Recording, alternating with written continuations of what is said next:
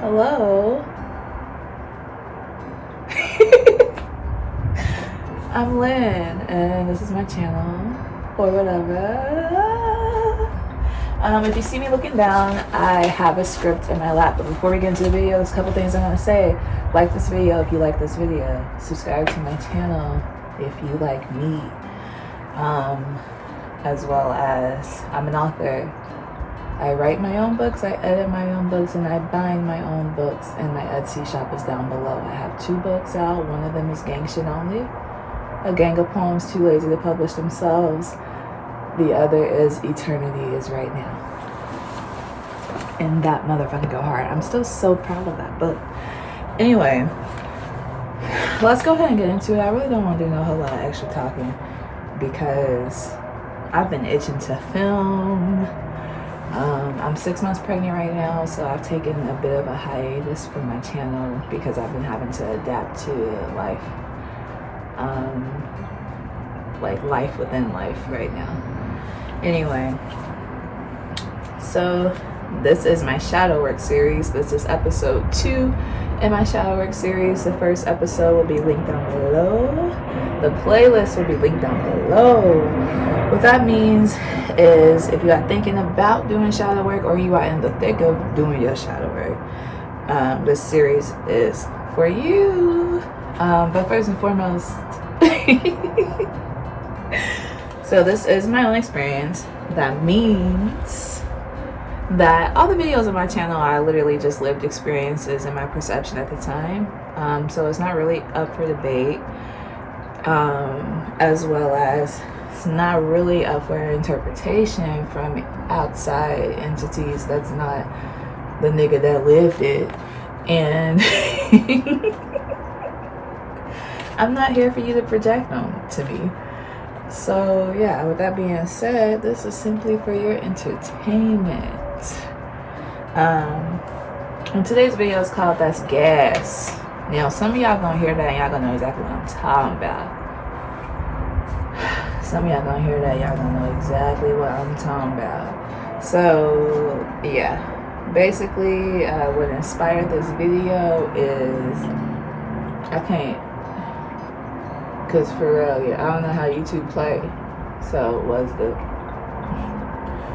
you feel me, I'm trying to think, was the ganja. Okay. The ganja inspired this video. The gas, you know the vibes. So yeah, this video is, I just want to do a trigger warning just in case ganja is something that you can't really hear without feeling like a Monistat commercial, like that itch you can't scratch, embarrassing odor. Anyway, this video is about addiction, escapism, and the words that bound us to such a paradigm of displaying addiction and seeking escapism.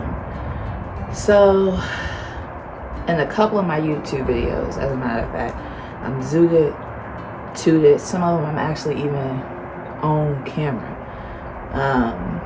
And I'm not going to denounce ganja on this channel because that's not how I feel about it. However, I was awake and bake, social smoker, loner smoker, and smoking just to smoker, okay?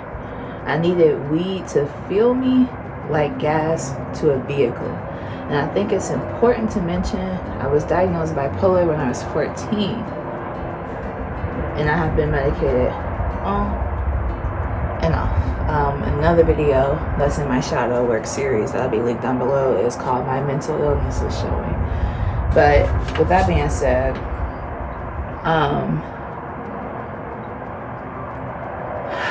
basically hitting a bowl of pure gas will have you declaring that's gas. And so unconsciously, I'm out here declaring a drug as gas, or in other words, the fuel that keeps me going. So the drug is what gives me my momentum, and I spoke that with my own tongue by saying, that's gas. You know what I mean? Like, this is so problematic to my psyche generally speaking, that's how I see it. So with that being said, the domino effect allowed me to come up with, this concept of like, you ain't gotta stop the weed.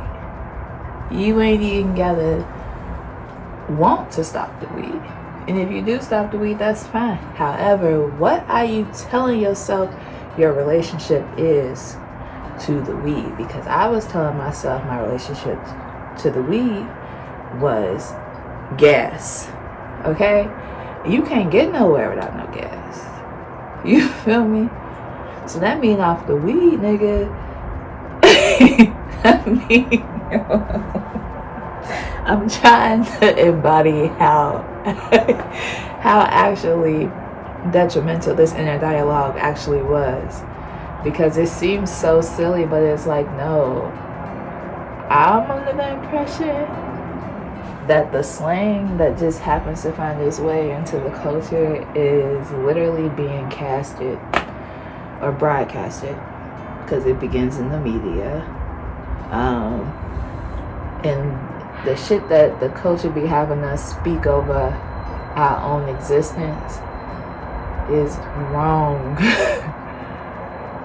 And so today, not today, because I'm 6 months pregnant, but like in my everyday life, the inner dialogue I would have around a substance like weed is not on no, that's gas. It's on some, I couldn't even tell you.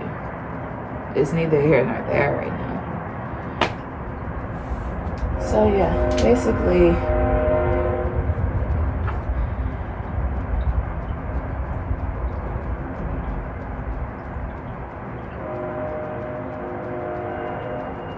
period. So yeah, basically,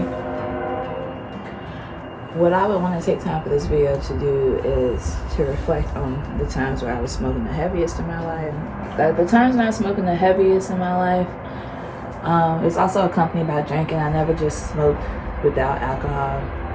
Like, those two things went hand in hand for me.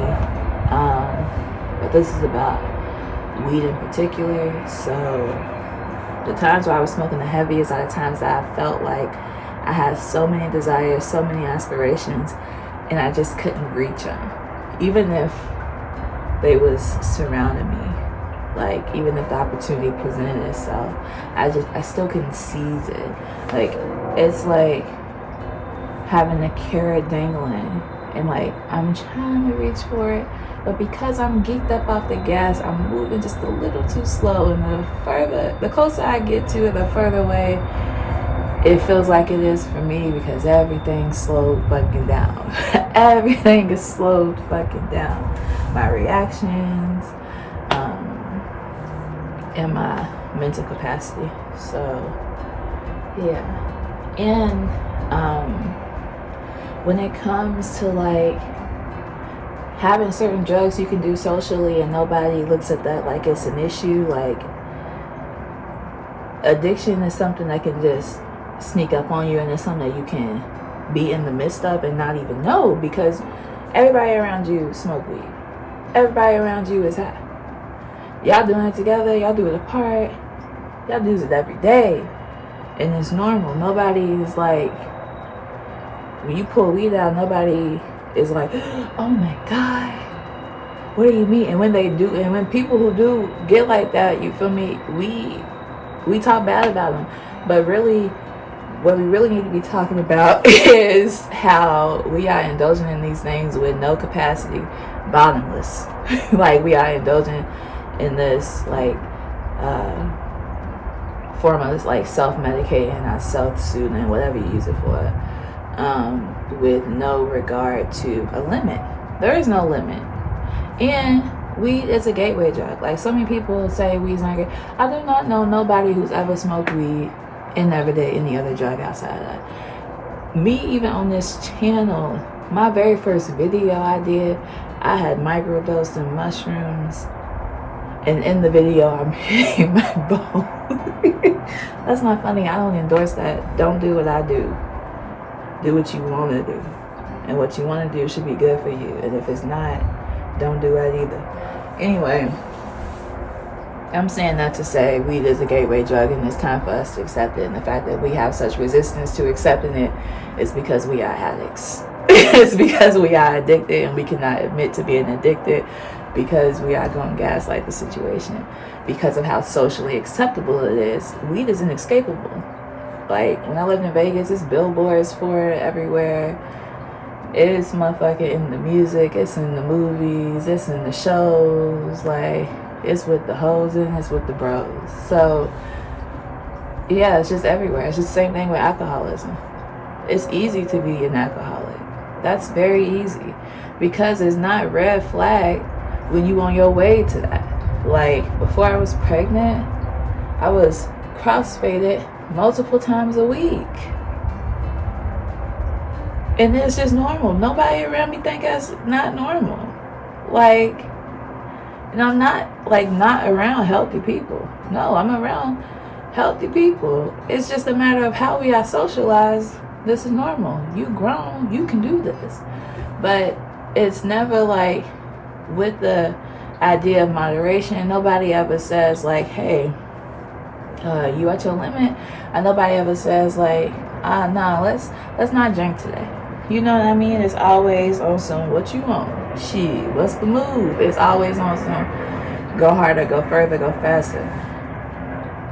And that's why our generation is plagued with addiction. And the difference between us and them born in the 80s crack babies is that they knew they was addicts.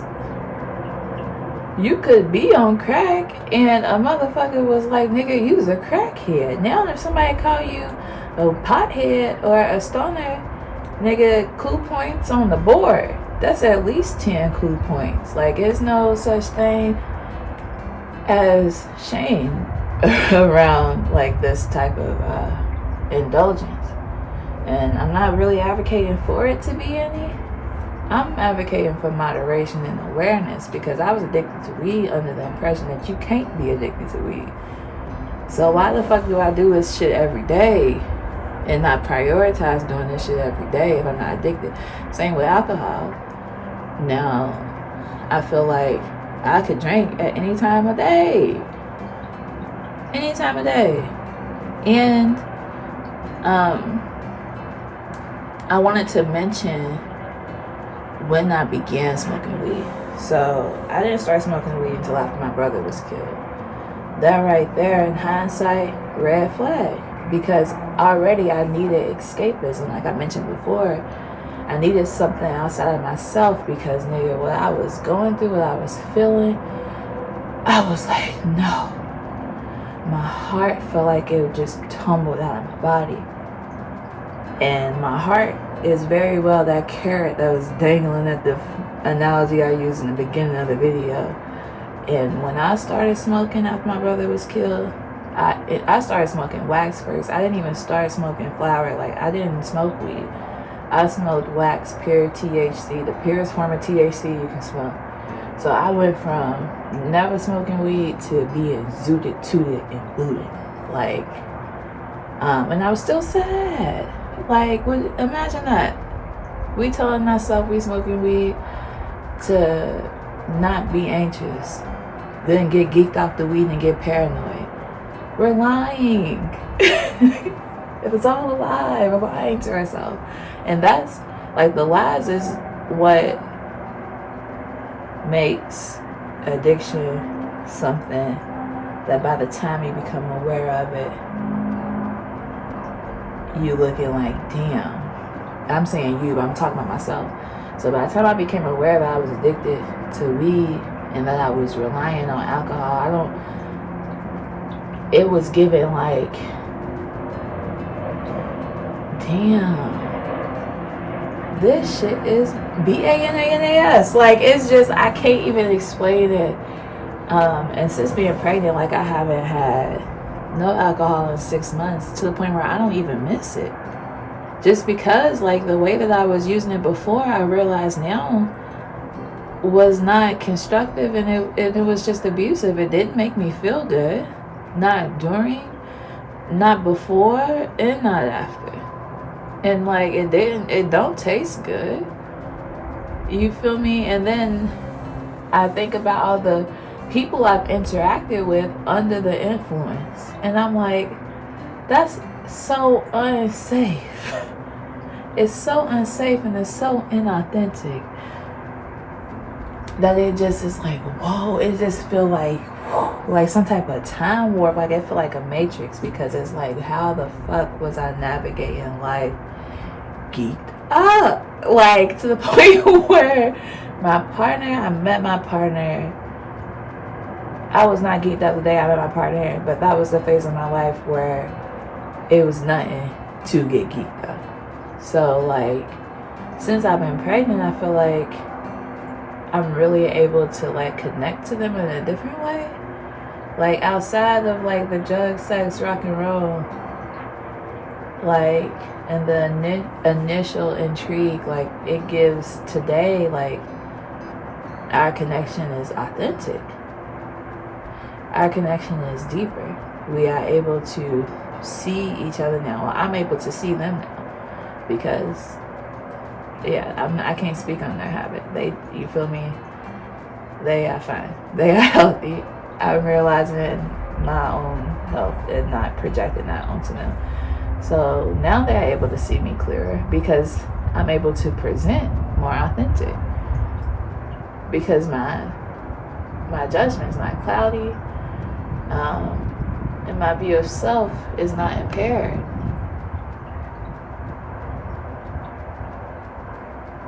And it always makes me feel like I'm living a whole new life than I was before, because it's like, how the fuck was I able to just feel comfortable interacting with strangers? Geek the fuck up. Like, that is crazy, but that's what they try and promote to us. They telling us drive the boat. They want you to drink that shit out the bottle, to the point so much so like they want us to be drunk so bad out our body, they don't even want us to use a cup no more. It used to be red Solo cup, I fill you up. Now this bitch drive the boat. You got to drink that shit straight from the bottle to the throat. This is bananas. Like, I cannot even fathom like the way that this shit has been socialized and the way that this shit is popularized. It is toxic and it's detrimental. They are pushing that on black folks. They need black people to be so slow. They can't fight the power. They need us to be so turned up off the juice, nigga, that we fighting whoever's next to us in a blacked out room. Not the man. This is not a motherfucking laughing matter. I'm serious as can be. So with that being said, I'm gonna go ahead and wrap this video up right here, because I feel like the statements I just made is gonna offend so many people. Look, if your fave is telling you drink that shit out the bottle, reevaluate why that's your fave. We talked about that earlier in the video. Like, you gotta reevaluate why you want to do what you want to do, and if what you want to do is not healthy for you, that's where you start. That's where you start. So anyway, we see where it got them.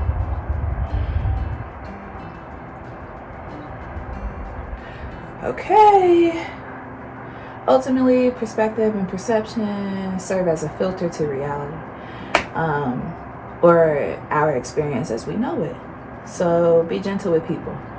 Be gentle with yourself. And be gentle with other people for having their own belief systems and understanding. It's not normal to have free will and remain one-track minded from birth till death do you part. That's just not normal. It's simply normalized.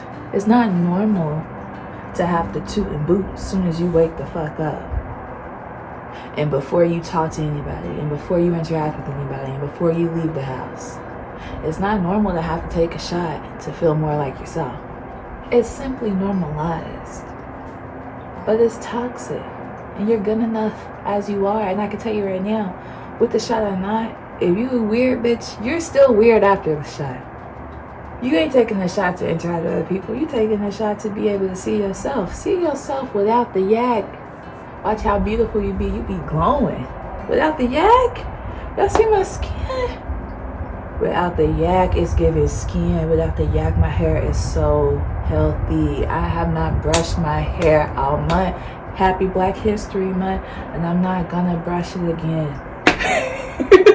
And I'm never brushing it again because I'm taking my vitamins. And my fro is growing like it should be. But when I was on that yak, I was gluing that motherfucking horsetail to my head, trying to be digestible for myself. Anyway, my name is Lynn. Thank you for watching my video. That's gas. Thank you for coming to my channel or whatever. If you like this video, give this video a thumbs up. If you like me, subscribe to my channel. If you don't like me, watch your mouth because I'm lethal with mine. And I am an author. I write. That's like, anyway, I was quoting a very specific Lana Del Rey poem, and I think that is so pretty, and that was so funny because I'm like, it's not, I don't know if people who find my channel have listened to Violence Bent Backwards Over the Grass, but if you did, comment the title of that poem down below. Anyway, my own poem book that I wrote and edited and bound by myself. It's called Gang Shit Only. Gang of Poems Too Lazy to Publish Themselves, and Eternity is Right Now. And it's linked down below if you want a copy. Thank you for making it this far in the video.